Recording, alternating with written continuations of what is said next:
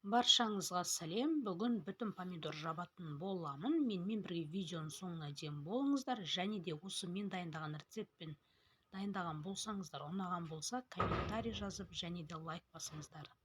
Осы қазақша каналдың дамуына үлес қосыңыздар. Бұны дайындау үшін бізге алдымен помидор қажет. Бұл заттардың барлығын алдын ала жуып, дайындап алатын боламыз. Помидордың осындай піспеген сарғыштау түрін аламыз. Және де құрттамаған болу қажет. Құрты болмау керек.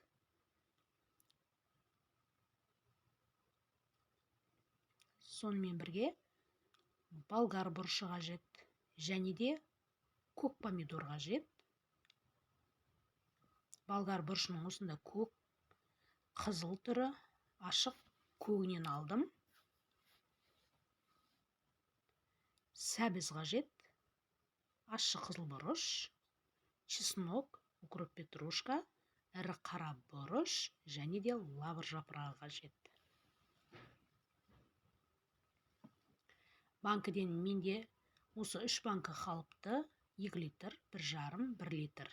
Банканы алдын ала жуып, осылай тап-таза етіп аламыз банкымызды.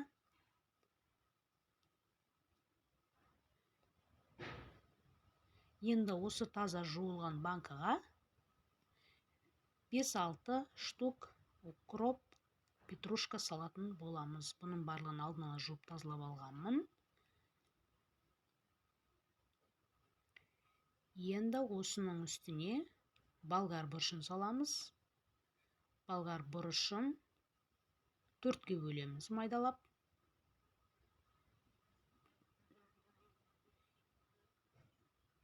Екі литрге осы бір болгар бұрышын саламыз. Және әсемдік үшін қызыл болгар бұрышынан 1 тілік саламыз.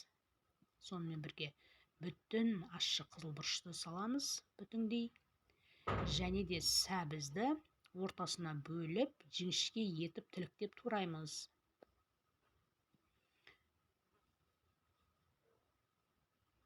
Енді осы тіліктің 4-5 бөлігін саламыз.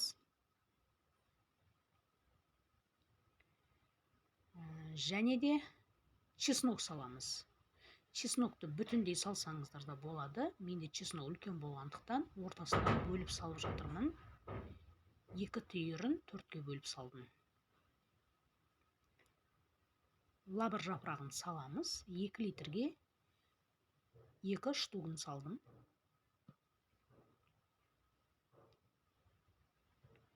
Және де 10 түйір ірі қара бұрыш саламыз.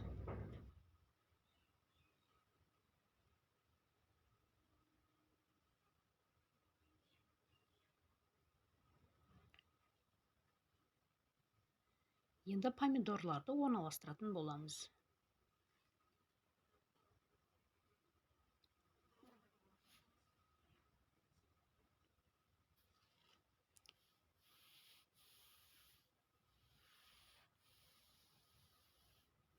Каналымда бұдан да бөлек банкаға жабылған ірі қияр рецептісі, сицибили және де лечо, чертополох рецептілері бар. Кіріп көрсеңіздер болады. Помидорды осылай қолымызбен жай-жай басып орналастырамыз. Арасы бос қалып қоймау қажет.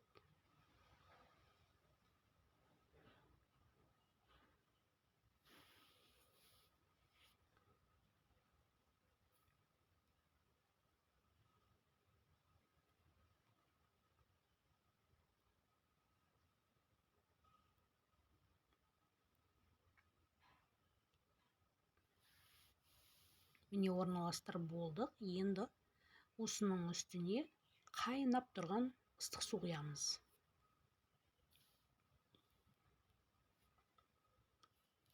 Ыстық суды бастапқыда жай-жайдан құямыз, банкыны жылытып аламыз. Егерде банкы салқын болатын болса, ыстық суды бірден құйсаңыздар, банкы сынып кететін болады. Сондықтан осылай аз-аздан құйып отырып, банкыны жылытып аламыз. Кейін ыстық суды толтырып жиегіне дейін жеткізіп құятын боламыз.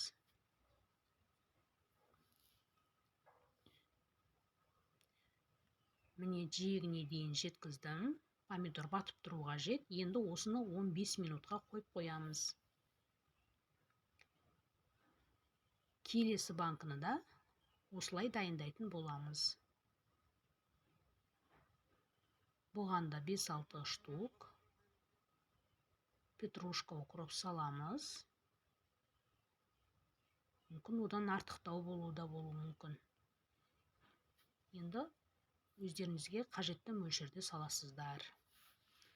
Енді бұл жерден маса ара көретін болсаңыздар, айып етпеңіздер.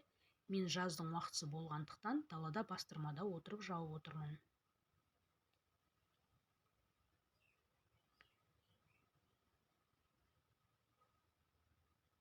Оған да 4-5 тілік сәбіз, 2 түйір чеснок саламыз. Чеснокты бөліп саламыз. Және де ащы қызыл бұрышты бұған да бүтін саламыз. Енді бұл банкіге көк помидор салатын боламыз. Көк помидорда қыстың уақытысында ашып жейтін болсаңыздар, бұның да дәмі керемет, өзіндік ерекшелігі бар.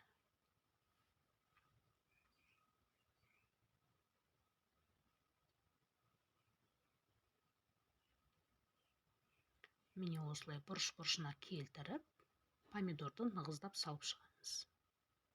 Бірақ помидорымыз жарылып кетпеу қажет.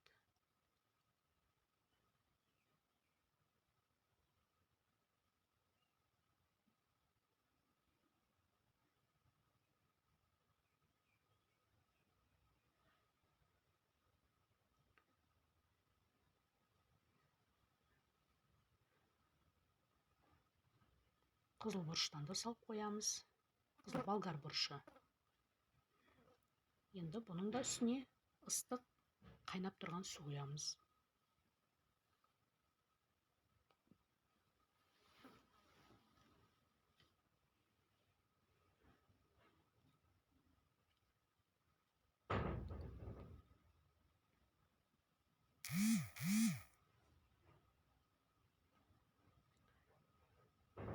Бетіне қақпағын жабамыз, 15 минутқа қойып қоямыз.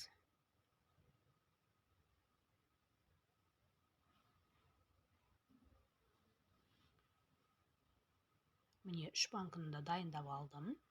Енді 15 минут күтеміз.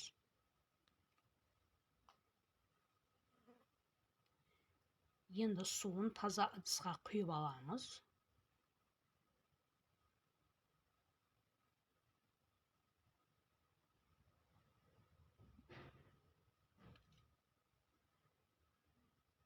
Енді осы құйып алған суымызды қайнатып аламыз. Қайнатып алдық, енді банкілерге қайта құятын боламыз.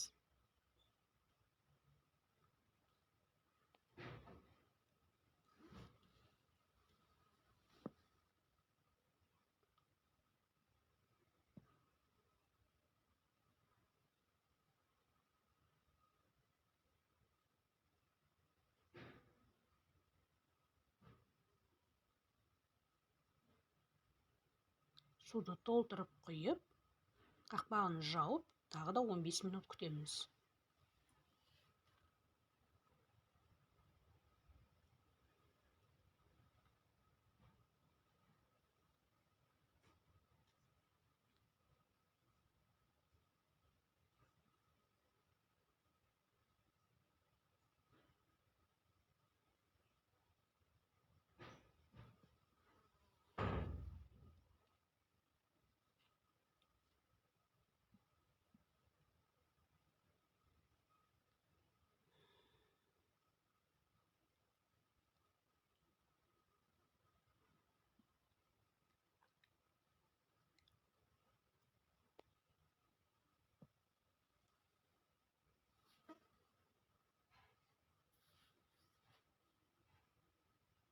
Міне 15 минут уақыт өтті.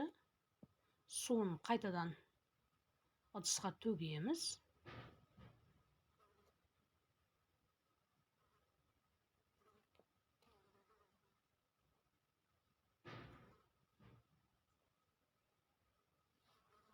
Енді осы құйып алған судың үстіне тұз, шекер салатын боламыз.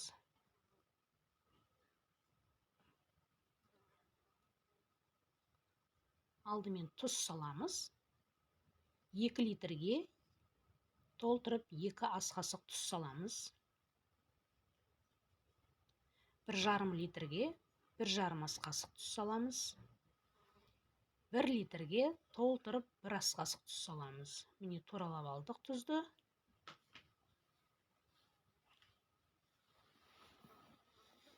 Енді келесі кезекте шекер салатын боламыз.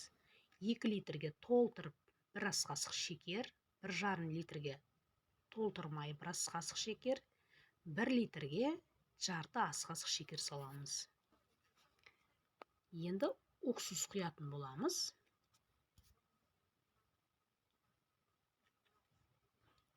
2 литрге толтырып 1 ас қасық уксус, 1,5 литрге толтырмай 1 ас қасық уксус, және де 1 литрге жарты ас қасық уксус құятын боламыз. Міне құйдық. Енді осыны тұзы, шекері ерігенше жақсылап бір араластырып аламыз.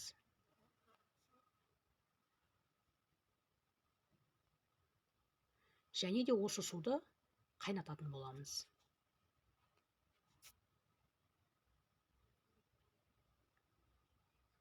Міне суды қайнатып алдық. Енді банкілерге құйып шығамыз.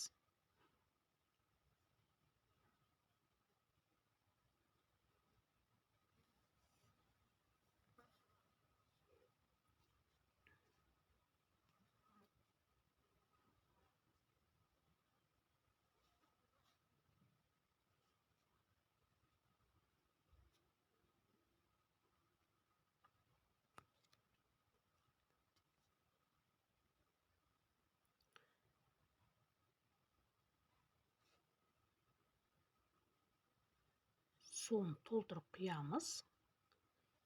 Енді қақпағын жауып, жапқышпен айналдыратын боламыз.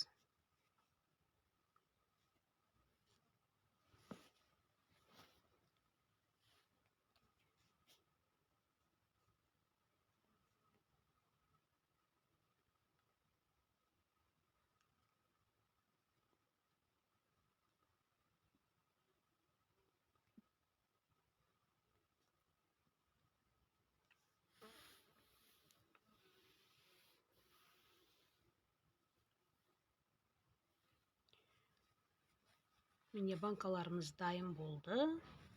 Қыстың уақытысында рахаттанып отырып жейтін керемет дәмді помидор шықты. Ас болсын.